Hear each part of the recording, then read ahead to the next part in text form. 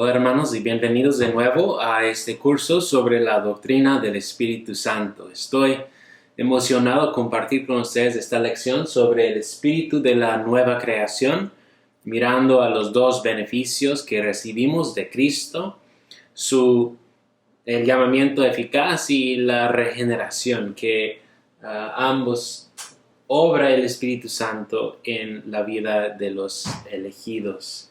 Pues antes de entrar en esa lección, quiero darles un repaso de lo que estábamos viendo la semana pasada, cuando embarcamos nuestro estudio de la soteriología, es decir, la salvación, el estudio de cómo Dios salva a pecadores como nosotros y cómo es que Dios, el Espíritu Santo en particular, aplica los beneficios salvíficos de Cristo para la salvación de los elegidos. Y consideramos juntos el marco operativo del Espíritu Santo, que es la unión con Cristo. Nos une a Cristo porque todo beneficio salvífico fluye de Cristo, de su persona y de su obra por nosotros. Y además defendimos la afirmación que el Espíritu Santo aplica todo beneficio de Cristo en manera ordenada. Una estrategia tiene el Espíritu Santo y cuyo orden llamamos el ordo salutis, el orden de salvación.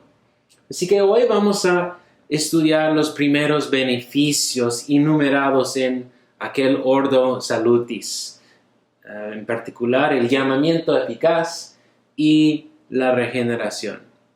Y como siempre hacemos, primero vamos a definir brevemente aquí en el principio la perspectiva reformada y seguir con perspectivas alternativas y luego volver a profundizar y defender la perspectiva reformada. Pues continuamos aquí con la perspectiva reformada aquí. Primero considerando el llamamiento eficaz, ¿sí? Como está aquí, hay una distinción entre, en la teología hacemos una distinción entre el llamamiento externo y el llamamiento interno. Externamente reconocemos que Dios invita y manda a todos los oidores por medio de la predicación del Evangelio con invitaciones y mandatos. Y este llamamiento es audible para nosotros y es universal, se extiende a todos. Los reformados enfatizan que este llamamiento debe ser sincero y sentido de parte de Dios. Mediante la predicación externa, Dios realmente está ofreciendo promesas de salvación a los que están escuchando. En los cánones de Dort 3, 4, 8 dice: ¿cuántos son llamados por el Evangelio? Son llamados con toda seriedad, pues Dios muestra verdaderamente en su palabra lo que le es agradable a Él, a saber, que los llamados acudan a Él. Promete también de veras a todos los que vayan a Él y creen la paz del alma y la vida eterna. Son promesas reales que Dios está ofreciendo a todos. Pero no todos van a Cristo con arrepentimiento y fe. Y porque, como Jesús dijo en Mateo 22:14, muchos son llamados, pero pocos son escogidos. Y vamos a volver a estudiar tal pasaje luego. Solo los escogidos van a Cristo y creen en Él porque son llamados internamente por el Espíritu Santo. Así que también hay el llamamiento interno hecho por el Espíritu Santo, quien desciende con poder sobre la palabra predicada, el llamamiento externo, para que sea eficaz en el caso de los elegidos. Y este llamamiento es eficaz y particular, no solamente, o no va a todos, sino en particular a los elegidos. Y realmente hace un cambio, la regeneración en ellos. Entonces es eficaz. Esta distinción entre los dos llamamientos se aparece en las confesiones reformadas. Por ejemplo, en el Catecismo de Westminster Mayor, pregunta 68, que dice, ¿solo los elegidos son eficazmente llamados? Y la respuesta, todos los elegidos y solo ellos son eficazmente llamados, aun cuando otros son llamados externamente por el ministerio de la palabra. Entonces, algunos son externamente llamados y solo pocos son internamente y eficazmente llamados por el Espíritu. En los cánones de Dort, capítulos 3 y 4, 11, aquí, dice, cuando Dios obra en los elegidos la conversión verdadera, lo lleva a cabo de tal manera que no solo hace que se les predique exteriormente el Evangelio y que se les alumbre poderosamente su inteligencia por el Espíritu Santo a fin de que lleguen a comprender y distinguir rectamente las cosas que son del Espíritu de Dios, sino que Él penetra también hasta las partes más íntimas del hombre con la acción poderosa de este mismo Espíritu regenerador. Entonces, no solamente está externamente llamando, pero penetra hasta las partes más íntimas del hombre con acción poderosa. Y así hay una distinción entre el llamamiento externo y el llamamiento interno, pero siempre hay que cuidarnos cuando distinguimos cosas en la teología, ¿no? Al distinguir estos dos llamamientos, no debemos separarlos. De modo similar a las dos naturalezas de Cristo, su naturaleza humana y su naturaleza divina, pues son distintos estos dos llamamientos, pero no separados. Y eso es importante porque el Espíritu Santo emplea el llamamiento externo para llevar a cabo su llamamiento interno. En otras palabras, el Espíritu no obra el llamamiento interno en los elegidos aparte del llamamiento externo, sino lo obra mediante ello. Y eso nos cuida, hermanos, del misticismo individualista, por recordarnos que así el Espíritu usa medios ordinarios como la predicación que sale de la boca de hombres débiles para aplicar la redención de Cristo a los elegidos.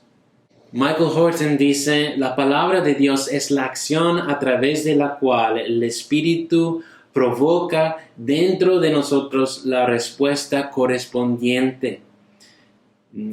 Es una palabra performativa, dice. En un llamado efectivo, el Espíritu nos atrae al mundo que la palabra no solo describe, sino al mundo que trae a la existencia. La palabra de Dios está performando, está actuándose, está realizando una realidad. Y eso sirve como una buena transición para considerar ahora la regeneración. Porque existe una similitud, hermanos, vívida entre el llamamiento eficaz que produce la regeneración en los elegidos y el llamamiento eficaz de Dios en el principio de la creación, cuando generó de la nada toda la creación. Y les recuerdo cómo en el principio, a través del Hijo, el Padre, Dios dijo con palabra que sea luz. Luego el Espíritu Santo acompañó su palabra con poder y hubo luz. Así Dios eficazmente llamó a la existencia todas las cosas que existen mediante el poder de su palabra. Por comparación, el Padre usa hombres como su boca para predicar la palabra sobre su Hijo. Y luego el Espíritu Santo acompaña tal palabra con poder y hay luz y nueva vida. En ambos el Padre está hablando, el Hijo es el contenido y el Espíritu sobreviene sobre la palabra para producir luz y vida. Y por tanto los reformados dicen que la obra de regeneración se debe considerar como el principio de la nueva creación en este mundo. Y de esa realidad Horton dice, la renovación de todas las cosas comienza con el Espíritu regenerando a los pecadores, llamándolos efectivamente a la unión con Cristo. La primera señal de la renovación de estos últimos días es el acto del Espíritu de resucitar a los que están espiritualmente muertos a la vida en Cristo. Esta renovación caracterizará a toda la tierra y la comunidad humana completamente solo cuando Cristo regrese para consumar su reino. Entonces esta es la evidencia, esta nueva vida que produce el Espíritu Santo, la regeneración, haciéndonos nuevas criaturas, uniéndonos a Cristo, es la evidencia de la nueva creación que está por venir. Ahora, ¿qué es exactamente la regeneración? Hemos visto que tiene similitud con la nueva creación, pero según las confesiones reformadas, ¿qué es? Pues Cánones de Dort, capítulos 3 y 4, 12, dice: es aquel nuevo nacimiento, aquella renovación, nueva creación, resurrección de muertos y vivificación, de que tan excelentemente se habla en las Escrituras, y que Dios obra en nosotros sin nosotros. ¿Y cómo está relacionada esta regeneración con el llamamiento eficaz? Pues los cánones de Dort siguen diciendo: este nuevo nacimiento no es obrado en nosotros por medio de la predicación externa solamente, sino que es una operación totalmente sobrenatural, poderosísima y al mismo tiempo suavísima, milagrosa, oculta e inexpresable, la cual, según el testimonio de la Escritura, no es menor ni inferior en su poder que la creación o la resurrección de los muertos. De modo que todos aquellos en cuyo corazón obra Dios de esta milagrosa manera renacen cierta, infalible y eficazmente, y de hecho creen. Así, la voluntad, siendo entonces renovada, no solo es movida y conducida por Dios, sino que, siendo movida por Dios, obra también ella misma. Por lo cual, con razón se dice que el hombre cree y se convierte por medio de la gracia que ha recibido.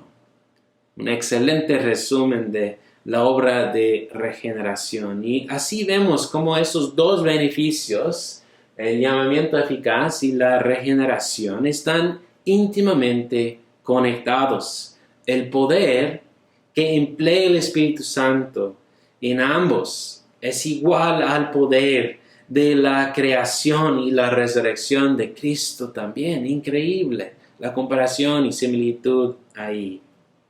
De hecho, como vimos en la lección anterior, la energía que usa el Espíritu Santo para regenerar a los elegidos, les recuerdo, fluye de su unión con Cristo Jesús, el Señor resucitado y el Rey de la nueva creación.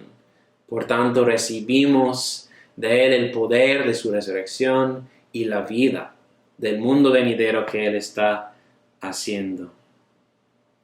Ahora, ¿cuál viene antes? ¿El llamamiento eficaz o la regeneración? Pues algunos reformados, como Berkhoff, han dicho que primero viene el llamamiento externo en la predicación, luego la regeneración y enseguida el llamamiento eficaz. Pero a mí no me gusta tanto esa explicación, y estoy de acuerdo más bien con Michael Horton y Herman Bavinck, que afirman que ambos beneficios están tan conectados que se deben considerar casi como el mismo beneficio aquí. Por comparación, es imposible realmente separar la obra de creación del mandato de Dios, diciendo que sea luz, ¿no? A la vez estaba creando el mundo. Y por otra comparación, es imposible realmente separar la obra de resucitación de Lázaro de la palabra de mandato: Lázaro, sal fuera. En ese mismo instante, mediante la palabra, mediante el llamamiento, estaba produciendo la resucitación de su amigo Lázaro. Como el texto dice, y él que había muerto, salió. Así que tan íntimamente son que podemos llamarlo, yo creo, el llamamiento regenerativo o regenerador. Además, es importante acordarnos que estamos tratando de explicar aquí operaciones ocultas y misteriosas del Espíritu Santo. Entonces, siempre habrá un límite con nuestro entendimiento porque somos criaturas. El límite de nuestra propia finitud, siempre chocamos ahí. No es seguro ni sano tratar de irnos más allá de aquel límite. Así concluimos, hermanos, la introducción a la perspectiva reformada y las confesiones, y ahora vamos a examinar las perspectivas alternativas brevemente aquí y después volveremos a considerar la perspectiva reformada y defenderla.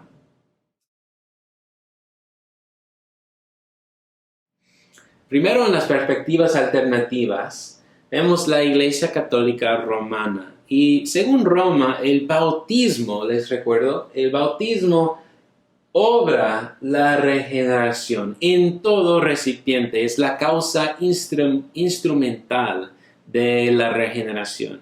Es decir, que el bautismo de la Iglesia siempre causa la regeneración, otorga la bendición de regeneración, y así todo recipiente es renovado interiormente y recibe un hábito de fe, por lo cual puede cooperar en adelante con la gracia de Dios para su justificación, para acreditar más méritos delante de Dios. Y debido a esas creencias, ellos no tienen realmente una enseñanza sobre la obra de regeneración mediante la predicación, ni una enseñanza sobre el llamamiento eficaz hecho por el Espíritu Santo. Ahora, los arminianos de arminianismo, ellos que provienen de su líder Jacobo Arminius, enseñan que seres humanos nacen depravados totalmente, pero Dios da esa gracia preveniente con el propósito de capacitar a todos, dándoles la habilidad de ahora responder con fe al Evangelio externamente predicado. Y de hecho, esta gracia preveniente fue comprada por Cristo en la cruz para toda persona universalmente, sin excepción. Y en ese sentido, la muerte de Cristo no garantizó la salvación de ningún individuo, sino que solo garantizó la posibilidad de la salvación para todo individuo. Después de que alguien responde con fe, con su propio libre albedrío, luego recibe la regeneración interior, según esta perspectiva arminiana. Y en ese sistema de creencias no hay un llamamiento eficaz del Espíritu, sino solo la gracia preveniente que dispensa a todos y el llamamiento externo que alcanza a todos. Y en el fin, la decisión final de la salvación depende del hombre mismo y no de Dios. El hombre decide quién va a salvarse, no Dios. Ahora vemos que en ambas perspectivas aquí, la perspectiva católica y arminiana, son perspectivas sinérgicas, sin, que significa aquí con, y érgica de energía, obrar. Entonces, dos obrando juntos. En la salvación, Dios está obrando con su gracia y el hombre responde con su libre albedrío. O coopera con la gracia delante de Él. Al contrario, vamos a ver que al profundizar en la perspectiva reformada es una perspectiva monérgica, de mono, que significa uno, y érgica otra vez obrar. Solo uno está trabajando, obrando la salvación, Dios, el Espíritu Santo. Y así vamos a tomar una pausa para luego volver a profundizar en la perspectiva reformada y defenderla de las Escrituras.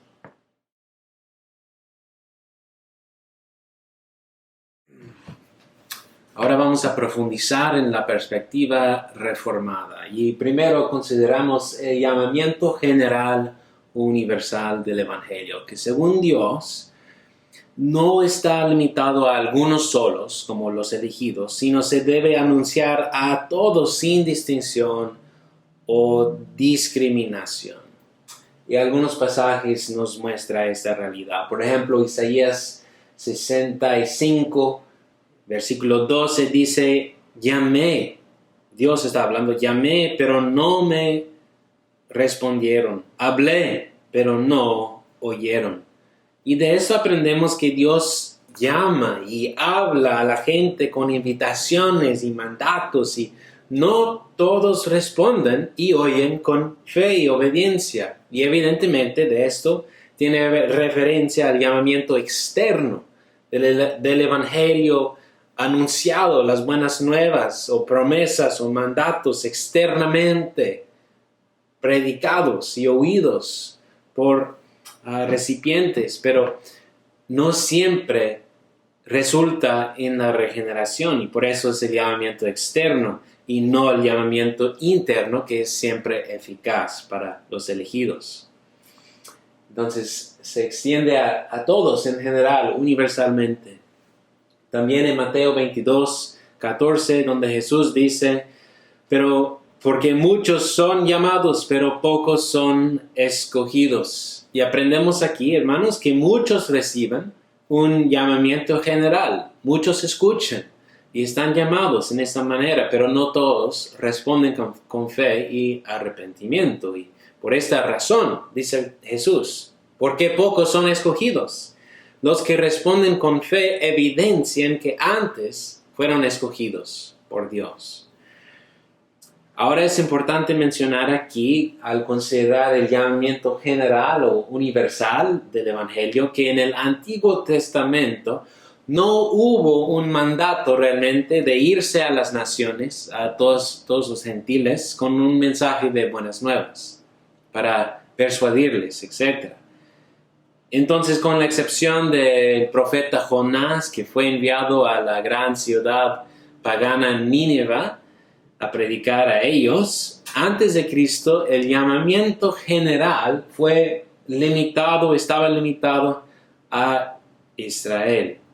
No es decir que Israel no tenía un mandato como misionero en el mundo en aquel entonces, por supuesto sí tenía un mandato misionero, pero deberían haber sido una luz sobre una colina en medio de las naciones para mostrar la santidad de su Dios, el único Dios verdadero.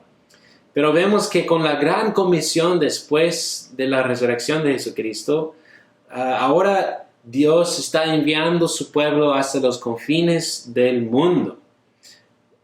Y así está Jesús amplificando la misión de su pueblo en el mundo. Ahora la iglesia no está confinada a un lugar solo, sino está yendo a todas las partes del mundo. Y así la luz de Dios se dispersa hasta cubrir toda la faz de la tierra. Como Jesús indica en Mateo 11 y 12, esos dos capítulos, ha pasado un aplanamiento de la distinción entre judío y gentil. Ha hecho un nuevo hombre en ambos. Y ahora es el deber de la iglesia llamar no solamente a los de la comunidad del pacto, sino a todos universalmente, generalmente, a arrepentirse y creer en el Evangelio, sin discriminación. Ahora la oferta gratuita aquí, hermanos, que según Dios se debe anunciar con sinceridad y con promesas reales, sin decepción. Y eso es importante mencionar porque ambos los católicos romanos como los arminianos han dicho que la perspectiva reformada niega la posibilidad de una oferta gratuita del Evangelio. Ellos critican a nosotros diciendo, ¿por qué llamarás a todos en general si solo los elegidos serán llamados eficazmente? Y en parte nuestra respuesta es esto. Primero, no sabemos quiénes son los elegidos de Dios.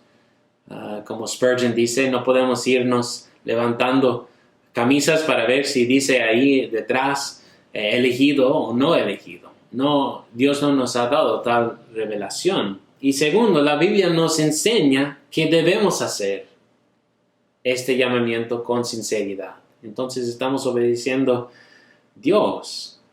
Por ejemplo, escuchamos esta oferta sincera y libre, gratuita de la boca del Señor Jesucristo en Juan 3:16, donde dice, porque de tal manera Dios amó al mundo que dio a su Hijo unigénito para que todo aquel que cree en Él no se pierda, sino que tenga vida eterna. Y de esto aprendemos que Dios realmente está prometiendo a todos, aún a los no elegidos, que si solo creen en su Hijo, no se perderá, sino tendrá vida eterna. Y predicadores así deben hacer lo mismo hoy día al anunciar las buenas nuevas. El hecho que no son capaces, por su naturaleza pecaminosa, a responder con fe, pues no niega la veracidad de las promesas y la oferta libre.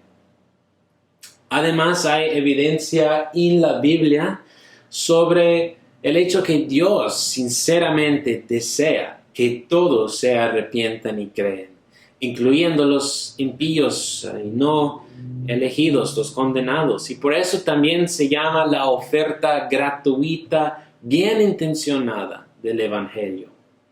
Ahora, ¿cómo entendemos esto? Pues la respuesta popular entre los reformados es que esta oferta gratuita y bien intencionada de Dios se basa en su gracia común, su favor general para todos, ¿no? Su disposición amorosa hacia todos.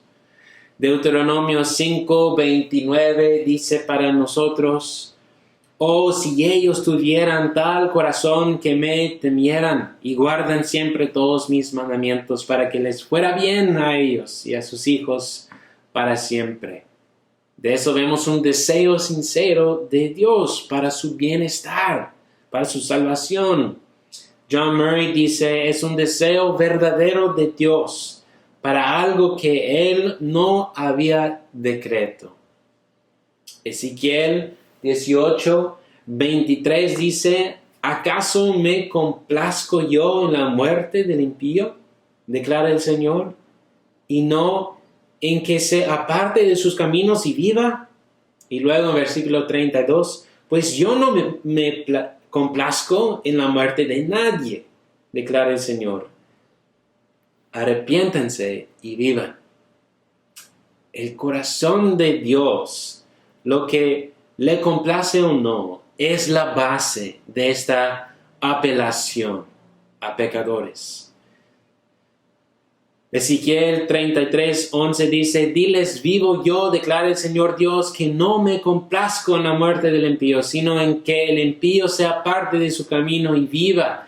Vuélvanse de sus malos caminos. ¿Por qué han de morir, oh casa de Israel? Y de este pasaje aprendemos que Dios no solo desea la salvación de sus elegidos, sino también desea sinceramente que todos los impíos se vuelvan a Él con arrepentimiento y fe. Mateo 23:37 también incluye esto, y en uno de sus últimos discursos Jesús, después de su ministerio en Jerusalén y después de ver su incredulidad, Jesús dice, Jerusalén, Jerusalén, la que mata a los profetas y apedrea a los que son enviados a ella. ¿Cuántas veces quise juntar a tus hijos como la gallina junta sus pollitos debajo de sus alas y no quisiste? Aquí Jesús revela que Él tenía el deseo sincero de juntar a todos los hijos de Jerusalén bajo su cuidado, bajo la protección de Él como mediador y salvador, pero evidentemente no era el decreto de Dios porque no quisieron, no se arrepintieron. En el último lugar, es posible que este deseo sincero se manifiesta y se presenta en 2 Pedro 3:9, donde dice: el Señor no se tarda en cumplir su promesa, según algunos entienden la tardanza, sino que es paciente para con todos, no queriendo que nadie perezca, sino que todos vengan al arrepentimiento. Aquí es posible, hermanos, que ese se refiere a su deseo que nadie, incluyendo los no elegidos, perezca en el mundo, que no desea eso, sino que todos vengan al arrepentimiento. Pero también es posible interpretarlo de forma diferente, decir que aquí se refiere a su deseo que ninguno de sus elegidos perezca antes de la segunda venida de Jesús. Entonces, este pasaje es una posibilidad para defender la oferta gratuita, pero hemos visto bastante en defensa de ella. Ahora, algunas reflexiones aquí sobre lo que estamos considerando teológicamente. Pues teólogos distingan, hermanos, entre la voluntad preceptiva de Dios y su voluntad decretada para entender lo que está pasando aquí. Son distintos, pero otra vez no se deben separar. Son dos lados misteriosos de la misma voluntad de Dios. Por un lado, Dios prescribe cómo debemos vivir en este mundo y lo que Él requiere de nosotros. Y ese es el aspecto preceptivo de su voluntad. Pero por el otro lado, Dios ya ha decidido en su consejo eterno, en la eternidad pasada, todo lo que habrá de pasar en el mundo, todo. Y ese es el aspecto decretado de la voluntad de Dios. La voluntad preceptiva de Dios refleja su naturaleza buena, su naturaleza moral. Y así, a pesar de su decisión eterna de decretar que la maldad pasara, pues Dios siempre desea lo bueno en manera distinta que ha decretado la existencia de la maldad, porque Dios mismo es bueno. Sabemos que aún su voluntad decretada de permitir el pecado tiene el objetivo de vencer el pecado en el final. Aunque hay cierto misterio aquí, con eso nuestro Dios es suficiente, soberano y suficiente bueno para decretar que algunos se quedan en su pecado, condenados, y a la vez desear que ellos mismos salgan de su pecado y se vuelvan a Él.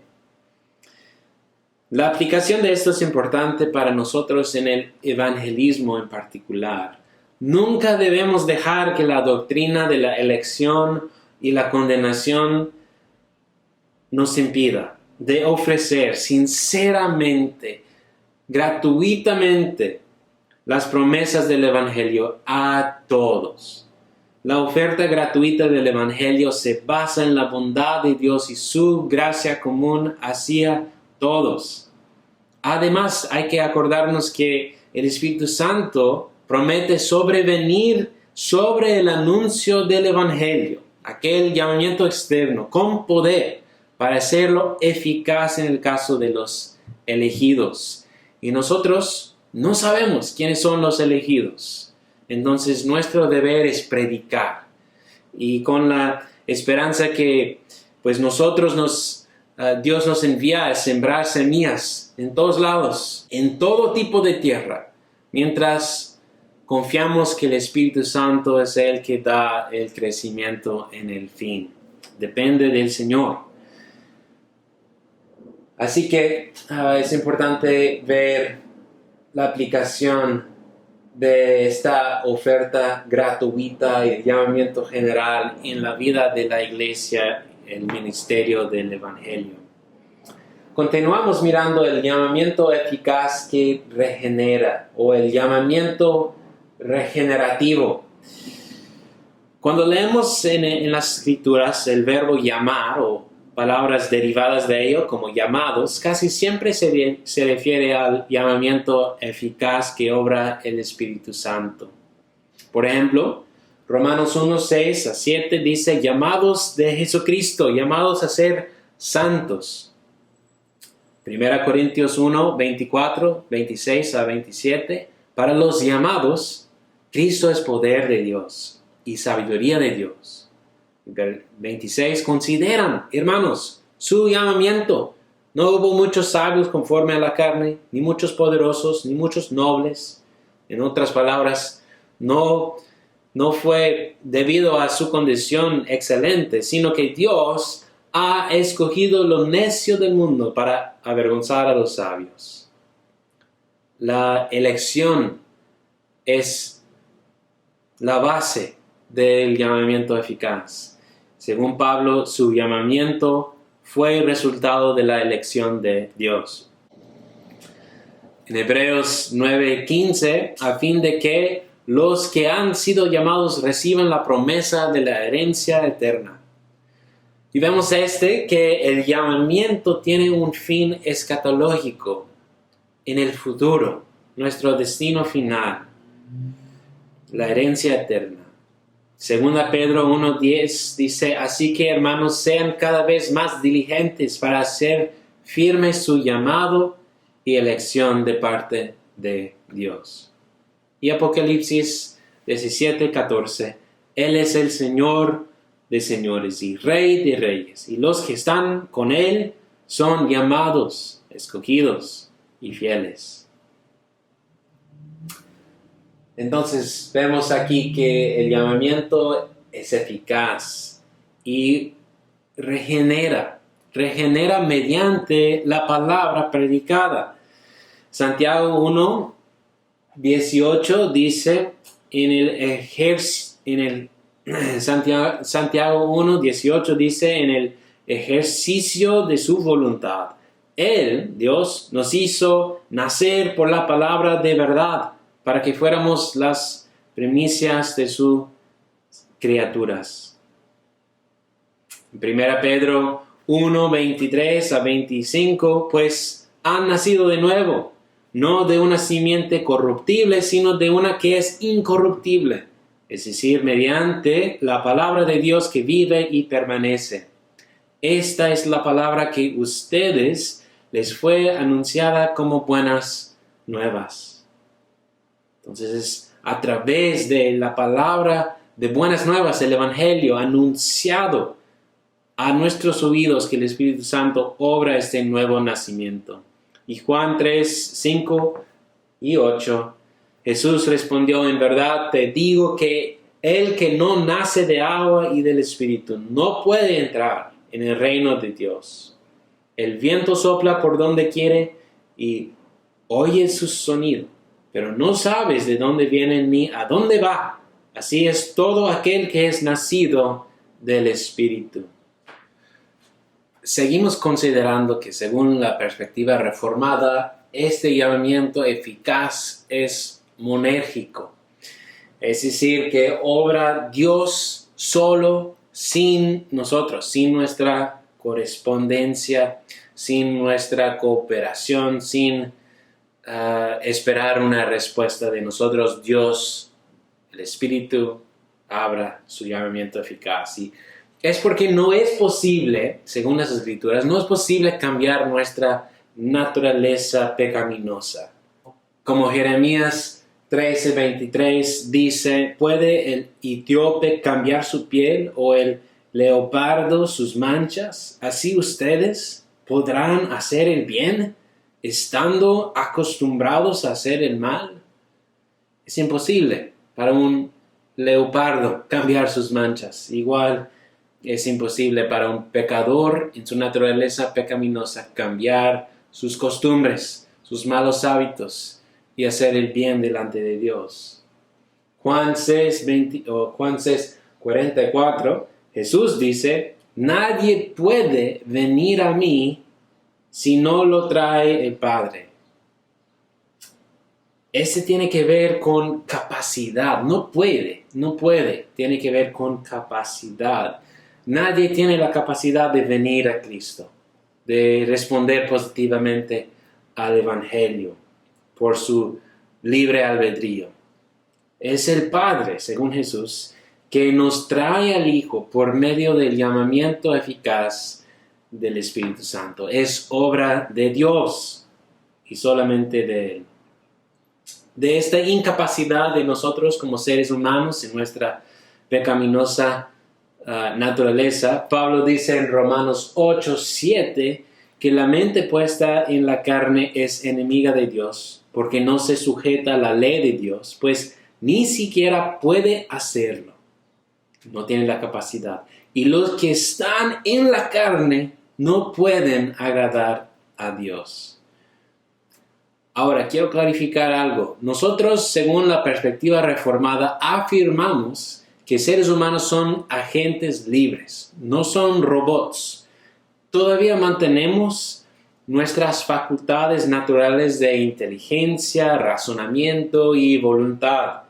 Pero como Pablo indica aquí, aparte de la obra de regeneración, la voluntad humana está moralmente esclavizada al pecado, la carne, tanto que ni siquiera puede obedecer a Dios o agradarle.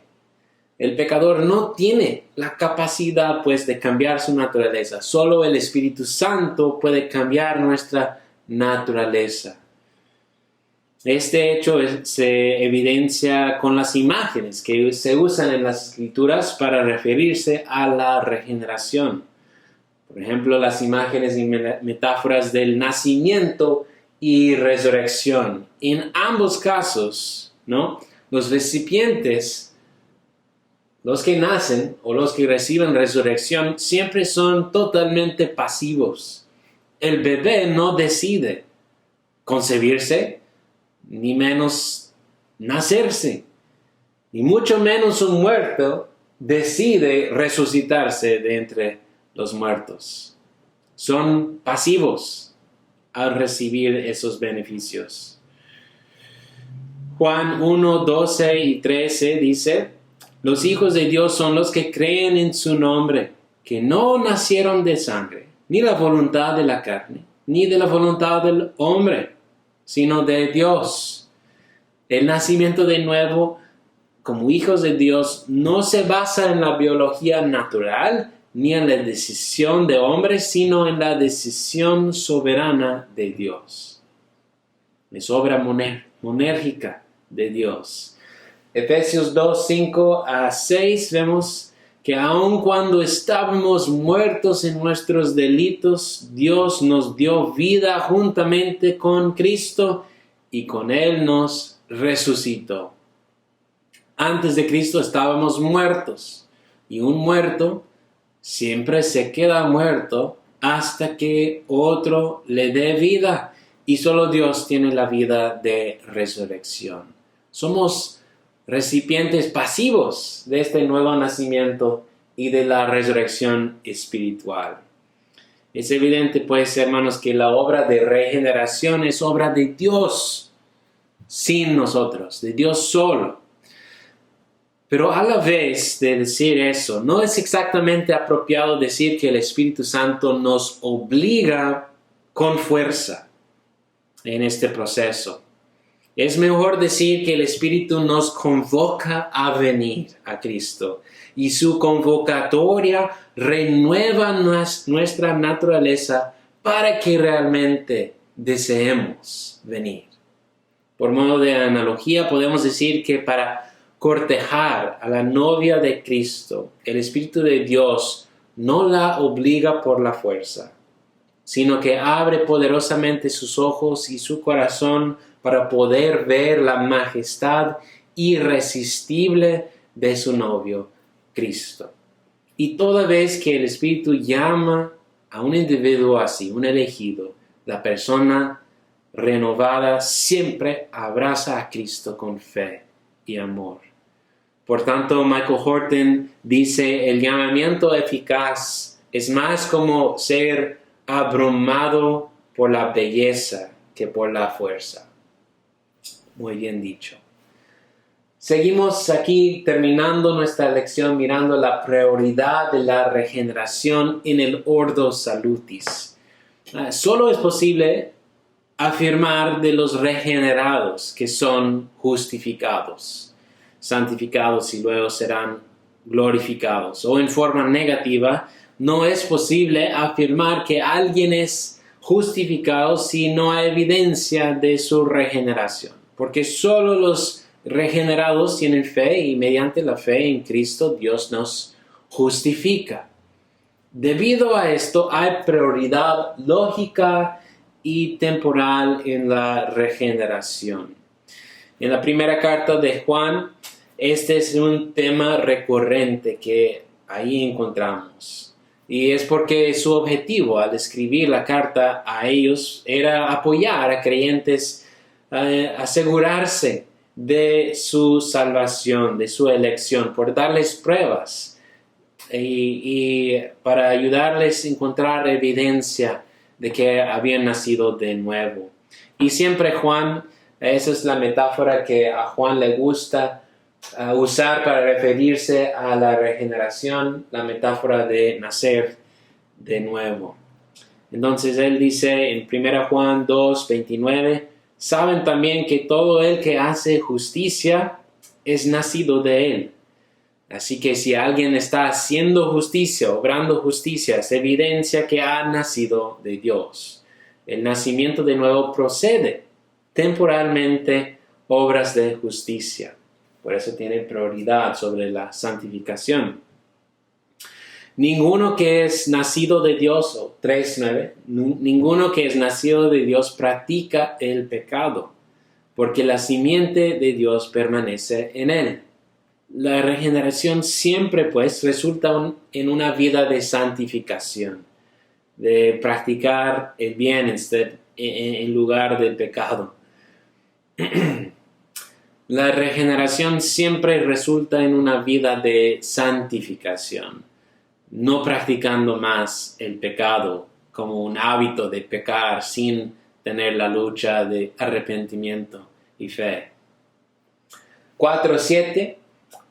Todo el que ama es nacido de Dios y conoce a Dios. Así que el amor verdadero es la evidencia de la regeneración, resultado de ella. Y ahora 5:1.